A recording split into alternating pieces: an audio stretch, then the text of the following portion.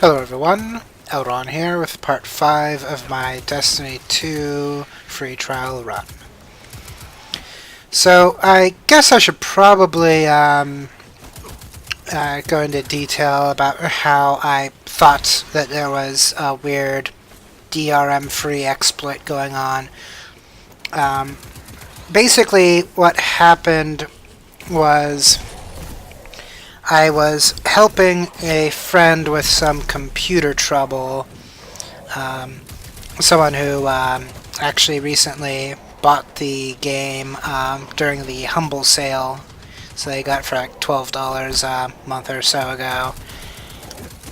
And basically,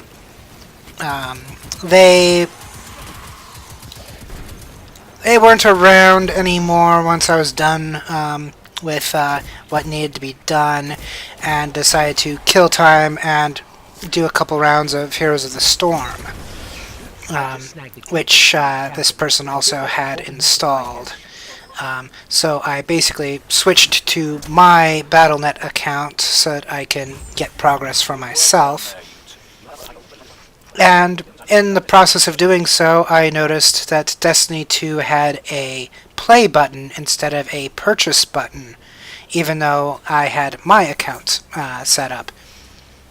So basically, what I thought at that moment was having someone install the game that owns it would basically make it so that anyone would technically end up owning it. Like basically second-hand ownership. So you just needed it to be installed, by someone who owns it to make it so that anyone in the world can have it. That ended up not being the case. I eventually hit a spot in the story where it told me that I would not be allowed to move further. Basically, after I'm done with this planet, we'll get to go to another planet, and then once we're done with that planet's campaign elements, then when we try to go to the third planet, it will ask me to buy the game, and that's, the trial is complete. And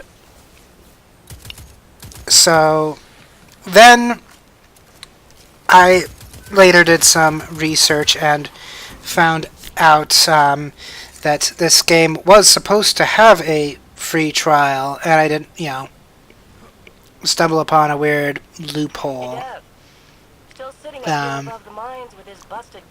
And so, yeah, with the steps I gave in the first video, you can get into the trial version without having to have a friend who owns the game install it for you.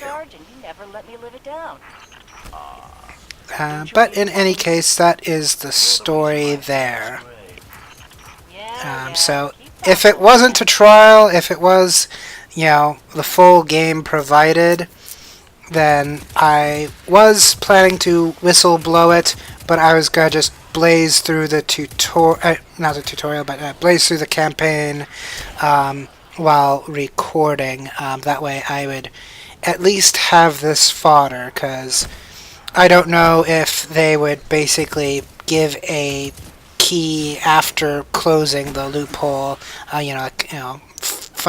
bounty, or if I'd be locked out forever. So I decided to essentially hedge my bets and try to complete the campaign, in a matter of hours. And then report the exploit. But there ended up being no exploit to reveal, so that's that. We'll have to find another way up to Hawthorne. In any case, it sounds like we got a bad elevator, so now we gotta go find another elevator. So we want to go up, but we're gonna go further down to get there. I mean, we've got those nice thrusters. I mean, Why can't we just go back to that first elevator, thrust her up to some little lip in the, like the scaffolding, and then push off from there and basically rinse and repeat? Because, I mean, you know, there's got to be these big metal girders all throughout the elevator. And, you know, there's got to be regular intervals where there's something for us to push off from. But I guess 90% of this mission would be skipped if they would let us use real-life logic. Alright. So we are now in one of those weird spots where even though we have the Traveler's Light, we're not going to be allowed to respawn. So if I die, I will stay dead. And if I had a friend around, then they could revive me. And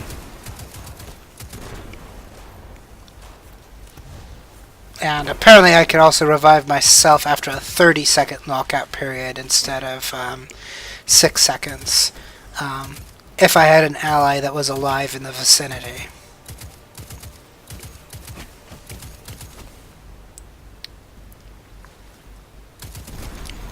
I don't actually know any of that stuff firsthand. I ended up kind of looking that up when I got curious about, you know, needing to load from checkpoints and stuff and how multiplayer affected that.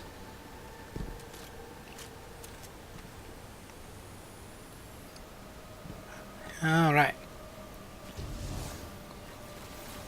So we're descending deeper and deeper, and we're gonna just hope that the next elevator we come across is not broken.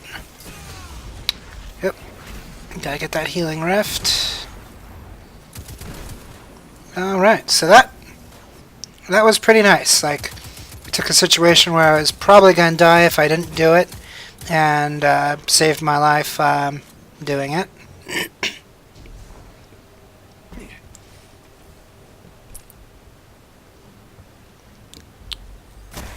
It was a pretty big radius too. We could probably, you know, fit a good, you know, 6 people on it.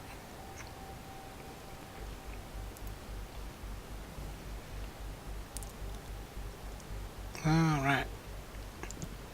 We're just gonna continue going deeper and deeper. Ah, yes. These lasers. Don't punch the lasers.